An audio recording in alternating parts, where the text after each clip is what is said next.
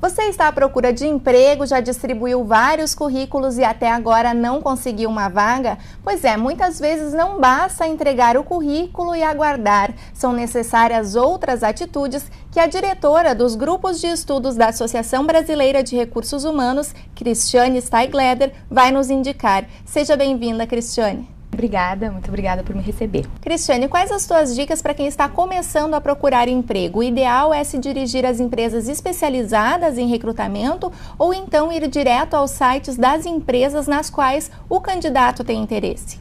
Na realidade, assim, estamos num período de muitas oportunidades. Então, os profissionais, eles devem buscar todas as vias de distribuir os seus currículos, né? Sejam elas nas consultorias, agências de emprego, sejam elas nas empresas que essas pessoas queiram trabalhar. Então, toda a empresa atualmente tem um site, tem um link onde diz trabalhe conosco, também por ali pode ser incluído, encaminhado seu currículo, né? E assim, é importante, tu falaste em atitudes, né? Ter atitude, ter vontade, ter persistência, auxilia muito na colocação do profissional. E ao enviar o currículo, o que escrever no corpo do e-mail e também como estruturar esse currículo? Qual o ideal? Objetividade? Objetividade, clareza. Na realidade, no corpo do e-mail deve ser bastante sucinto, né? Até existe um protocolo que os e-mails não devem passar de 10 linhas, né? Então, para encaminhar um currículo, brevemente, colocar qual é a sua área de atuação, para direcionar um pouquinho o recrutador. Alguns selecionadores preferem que o currículo já venha no corpo do e-mail, né? Mas eu prefiro, particularmente, como selecionadora, que ele venha anexo e, assim, indicado qual a área de atuação, qual a intenção, qual o objetivo profissional. E com relação às entrevistas, né? Como a pessoa deve se vestir, como ela deve se portar na hora da entrevista, falar mais, falar menos, falar de si, qual o ideal? Tudo depende da oportunidade, do cargo que ela vai pretender, né? E também do tipo de organização que ela está participando do processo. Algumas áreas são um pouco mais livres, assim. Existem algumas regras básicas, né? A entrevista normalmente acontece com as pessoas de recursos humanos, o primeiro contato nas empresas, e então a pessoa tem que ir de uma forma um pouco mais discreta, né? Vestida de forma discreta, alinhada, com cuidado, né? Mas também, assim, precisa adequar um pouquinho aos valores, ao tipo de cargo que a pessoa vai participar, né, da seleção. Ou seja, se é alguma coisa mais da área de mídia, de comunicação, agências de publicidade, pode ir um pouco mais solto, menos formal, né? Mas se é em outros locais, normalmente um pouquinho mais de formalidade é importante. E com relação à dinâmica de grupo, né? Nem todas as empresas aplicam, enfim, mas várias empresas utilizam esse recurso. Para que serve e como o olhar de vocês, profissionais que recrutam, como é que é esse olhar, assim? Para que serve esse momento? Esse momento é para conhecer mais os profissionais, né? Então, é óbvio que quando há uma dinâmica de grupo, a expectativa do selecionador é de que as pessoas participem. Porque se elas não se colocarem, se elas não falarem, se elas não se fizerem conhecer, o selecionador vai conhecer aquelas que se colocarem. Então, tu estás perdendo uma oportunidade de ser visto, né? De ser conhecido no teu jeito de ser, na tua atitude, que é muito importante hoje no mercado de trabalho. Ou seja, não basta saber a técnica, digamos assim, ali também é o momento de analisar o comportamento. Que é, assim, uma máxima que a gente diz, né? Que os profissionais ingressam, às vezes, pela parte técnica e muitas vezes saem da empresa pela parte comportamental, né? Por alguma questão de que não combinou com os valores da empresa, teve uma dificuldade de relacionamento. E com relação aos treinamentos, Cristiane, cada vez mais as pessoas têm buscado cursos técnicos e especializações.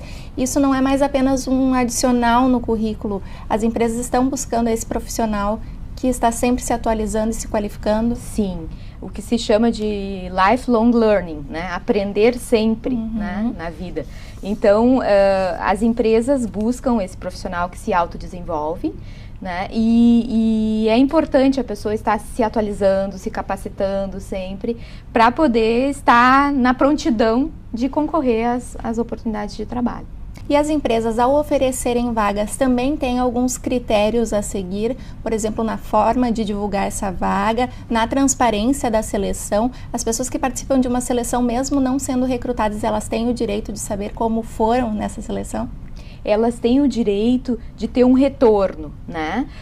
Na realidade, alguma devolução mais circunstanciada é também um direito do profissional, porém, por vezes as empresas e as áreas, eu como tenho essa atividade, né, de selecionar, fica um pouco difícil tu dar retorno circunstanciado e aprofundado para todos.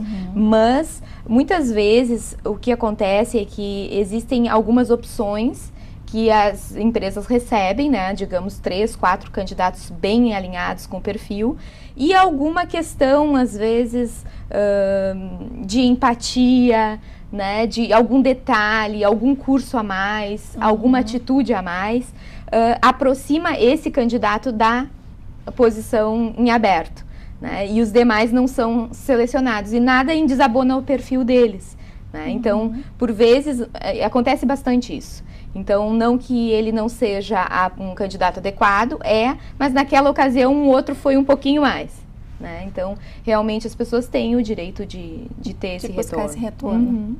E com relação aos primeiros dias de trabalho, né? Uma vez que a pessoa foi selecionada, também a pessoa vai se preocupar em como agir nesses primeiros dias. É ideal perguntar bastante, falar bastante, enfim, quais seriam as tuas dicas para os primeiros dias de trabalho para tentar garantir essa vaga e de fato efetivá-la, né? Já que a gente sabe que os primeiros meses são de experiência e o empregador tem a oportunidade, enfim, tem condições de dizer, olha, não quero ficar contigo por esse e esse motivo. Como tu indicaria, assim? É um período bem decisivo. Adaptação, né? É um período de adaptação.